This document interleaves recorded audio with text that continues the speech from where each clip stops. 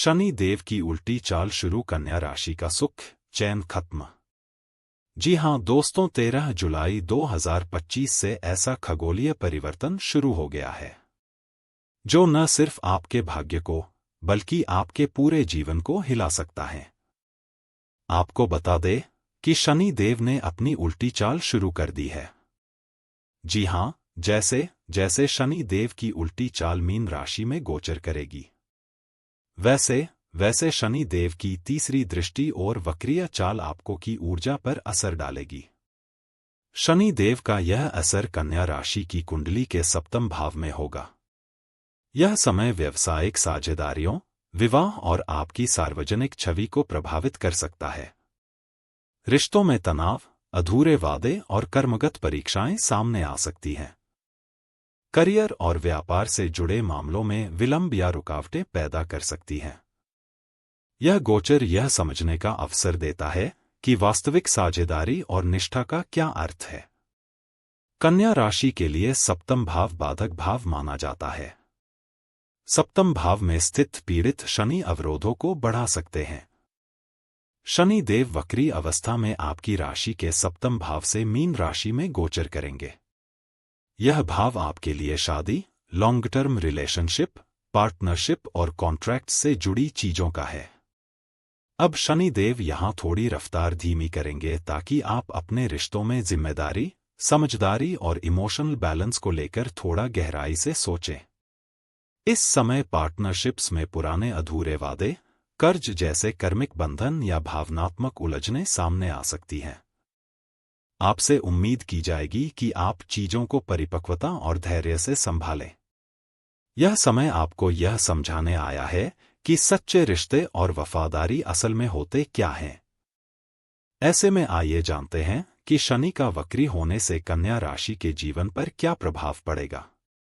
तो दोस्तों, वीडियो में आगे बढ़ने से पहले कमेंट बॉक्स में सच्चे मन से जय शनि देव जरूर लिखें।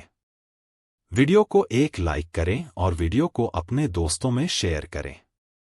दोस्तों, वीडियो के अंत में हम आपको कुछ साधारण से उपाय बताएंगे जिसे आप करके जीवन को आसान और सरल बनाया जा सके। पहली चेतावनी। पहली चेतावनी कन्या राशि के कैरियर को लेकर है। अगर आप किसी बिजनेस पार्टनरशिप में हैं तो शनि देव का ये वक्री गोचर कुछ देरी या टकराव ला सकता है। काम की जिम्मेदारियां और भूमिकाएं साफ साफ तय होनी चाहिए। बातचीत में पारदर्शिता जरूरी है। शनि की दृष्टि आपके भाग्य स्थान नवम भाव और लग्न यानी प्रथम भाव पर भी पड़ रही है, जिससे यह समय आपके करियर से जुड़ी नैतिकता और पर्सनल गोल्स को फिर से समझने का है। बिजनेस डील्स आगे बढ़ सकती हैं या रुक सकती हैं। अगर कोई नया कॉन्ट्रैक्ट साइन करना चाह रहे हैं तो उसे पूरी तरह से पढ़ना और समझना जरूरी होगा। नई पार्टनरशिप से बचना ही समझदारी होगी। भरोसे और जिम्मेदारी दोनों को फिर से परखने की जरूरत पड़ेगी। अगर सोच समझ कर कदम नहीं उठाया तो परेशानियां बढ़ सकती है। फाइनेंस। पार्टनरशिप, शादी या कॉन्ट्रैक्ट से जुड़े आर्थिक मामलों में कुछ उलझनें आ सकती हैं। साझा पैसों को लेकर तनाव हो सकता है। आपके हिस्से को लेकर विवाद संभव है। जिम्मेदारियों को बहुत सोच समझकर संभालने की जरूरत होगी। अगर कोई लीगल सेटलमेंट या वकील की फीस बाकी है तो वह अटक सकती है। शनि देव आपसे चाहते हैं कि आप अपने साझा फाइनेंशियल अकाउंट्स को लेकर सजग रहें। बजट बनाना और फाइनेंशियल काउंसलिंग लेना भी आपके लिए फायदेमंद हो सकता है। स्वास्थ्य। रिश्तों में तनाव आपके मानसिक और शारीरिक स्वास्थ्य को प्रभावित कर सकता है। थकान, नींद की कमी और डाइजेशन से जुड़ी दिक्कतें हो सकती हैं। शनि देव आपकी कुंडली के लग्न प्रथम भाव को देख रहे हैं, इस वजह से आप खुद को कमजोर या जजमेंटल महसूस कर सकते हैं। खुद का ख्याल रखें, पर्याप्त नींद लें, पानी खूब पिएं और हल्की फुल्की हर्बल सहायता जैसे चूर्ण या काढ़े लें। माइंडफुलनेस मेडिटेशन करें और अपनी भीतर की चुपचाप जमी हुई नाराजगी को धीरे धीरे छोड़ें। परिवार। शादीशुदा जिंदगी में थोड़ी खटास आ सकती है। बातों में दूरी, पुराने गिले शिकवे या इमोशनल डिस्टेंस महसूस हो सकता है। परिवार में खुले दिल से बातचीत जरूरी है, टालने या दोष देने से चीजें और बिगड़ सकती हैं।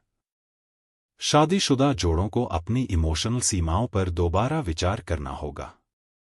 अगर किसी का तलाक या सेपरेशन का केस चल रहा है तो उसमें देरी हो सकती है। शिक्षा। शनि के इस वक्री गोचर का असर शिक्षा क्षेत्र पर भी पड़ सकता है।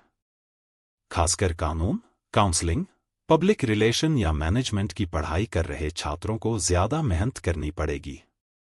स्टडी ग्रुप्स या पढ़ाई की पार्टनरशिप से ज्यादा लाभ नहीं होगा। इस समय स्वतंत्र पढ़ाई पर फोकस करें।